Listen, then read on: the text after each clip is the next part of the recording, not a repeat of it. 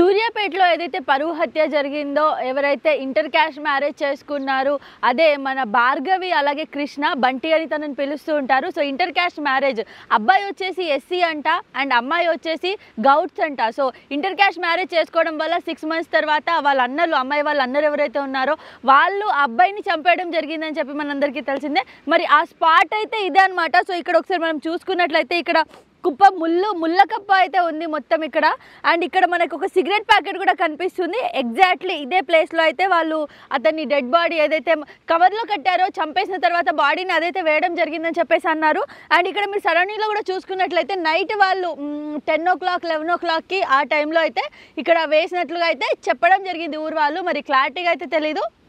So ఇక్కడ చూడండి, ఇక్కడ మనకు ఒక స్మోక్ బాక్స్ అయితే కనిపిస్తూ ఉంది. నాకు తెలిసి వాళ్ళు లాస్ట్ మూమెంట్స్లో ఇక్కడ స్మోక్ కూడా చేసి ఉంటారు అని నేను అనుకుంటున్నాను. అండ్ ఇక్కడ మనం చూసుకున్నట్లయితే ఒకసారి రూట్ ఒకసారి చూపించేసేయండి. ఈ రూట్ కూడా చూడండి. నైట్ అయితే అసలు ఇక్కడ ఏది కూడా మనకు అర్థం కాదు, అంతా ఇక్కడ సైలెన్స్గా ఉంది. అండ్ ఇక్కడ జనాలు లేరు, పక్కనే కాలువ కూడా ఉంది. సో ఇక్కడ కాలువ ఉంది ఒకటి మనకి. అండ్ నాకు తెలిసి ఎండ్ ఆఫ్ ది మూమెంట్లో వాళ్ళకి అర్థమైపోయి ఉంటుంది, ఇంకా మేము సేఫ్ అవ్వలేము, మేము దొరికిపోతామని చెప్పేసి. అందుకే వాళ్ళు ఇక్కడ వేసిపోయారు. ఎందుకంటే ఎప్పుడైతే చంపారో, చంపిన తర్వాత చంపడం కూడా ఇక్కడే అనమాట. సో చంపడం కూడా ఇక్కడే జరిగింది, ఈ ఏరియాలోనే. సో ఇక్కడ వాళ్ళు ఉండి కూర్చొని డ్రింక్ చేసేసి తను కూల్ డ్రింక్ తాగడం జరిగింది బంటి. ఆ తర్వాత వెళ్దాము అని చెప్పి స్కూటీ స్టార్ట్ చేసి వచ్చేటప్పుడు ఆ క్రమంలో తనకి గొంతు పట్టి పిసుకడం కానివ్వండి, కాలు చేతులు కట్టడం, ఛాతీ పైన, నెక్ పైన కాళ్ళతో తన్నడం, అలాంటివి చేసి తనని చంపేయడం జరిగింది. సో వస్తువులు అయితే ఏం వాడలేదు చంపడానికి, బట్ స్పాట్ అయితే ఇదే అనమాట.